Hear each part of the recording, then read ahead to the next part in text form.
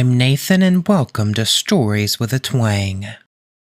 For today's episode, I have They Know Who You Really Are, Part 2, by Long Turn 3354.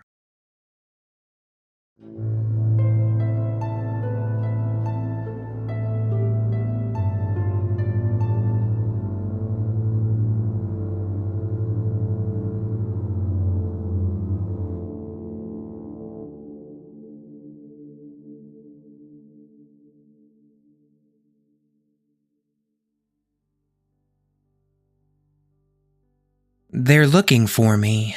I made a mistake in my last post by disclosing the name of what I saw. I think I pinged their watch systems and they're now running internal investigations internationally. What was in that box was a bigger deal than I thought. I hope this storm passes over me soon. Regardless, here's the strange thing among many other strange things. They haven't found me. Or N, for that matter. He's still around, still acting like he can't see me at all, but he's still around. Some comments asked if he was trying to protect me, and honestly, maybe. I'm not completely sure. He's locked away in his office most of the day and only leaves to use the bathroom, eat, and do some small duties he has to do around the office. But what doesn't make sense is how they seem to have no record of how the item got into one of the facilities in the first place. If they brought it in, they would have a record of that and would have found us already. And I don't think N achieved the game into the company system yet. If he did, they would have already come and kicked my door down to take me away, but I'm still here. They don't know which branch we're in.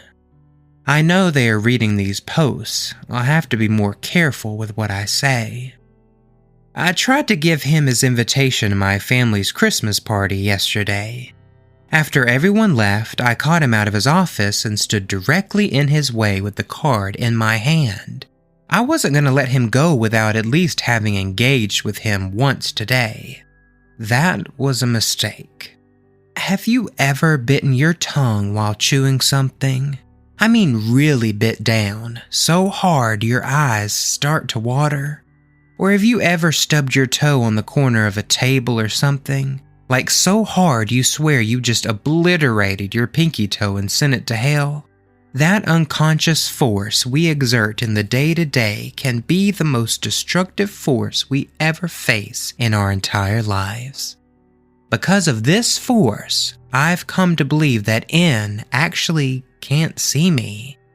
I stood in his way to give him his card, and he slammed into me with no expectation of stopping, crushing the card against my body and driving me onto the floor, sending us both into a fall that ended with the back of my head slamming onto the tiled floor. I passed out for about 3 or 4 minutes before I opened my eyes to find myself lying in a pool of blood. N was gone. I stood up slowly. I'm in a dazed state. I could only hear the hum of the building's HVAC system. It was too loud.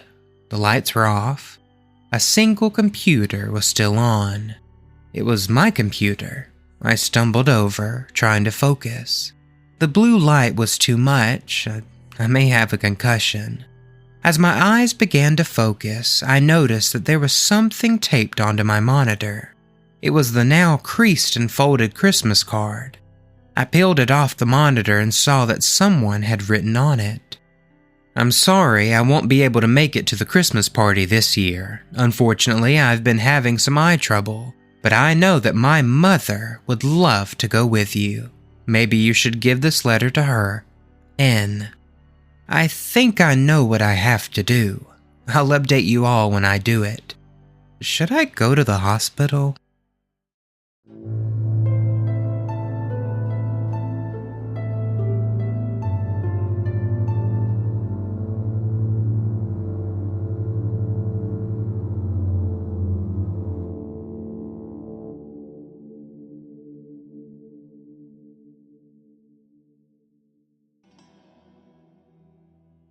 Alright, Alright everyone, that's it for this week's story. I would like to give a giant thank you to LongTurn3354 for letting me read the story on the show.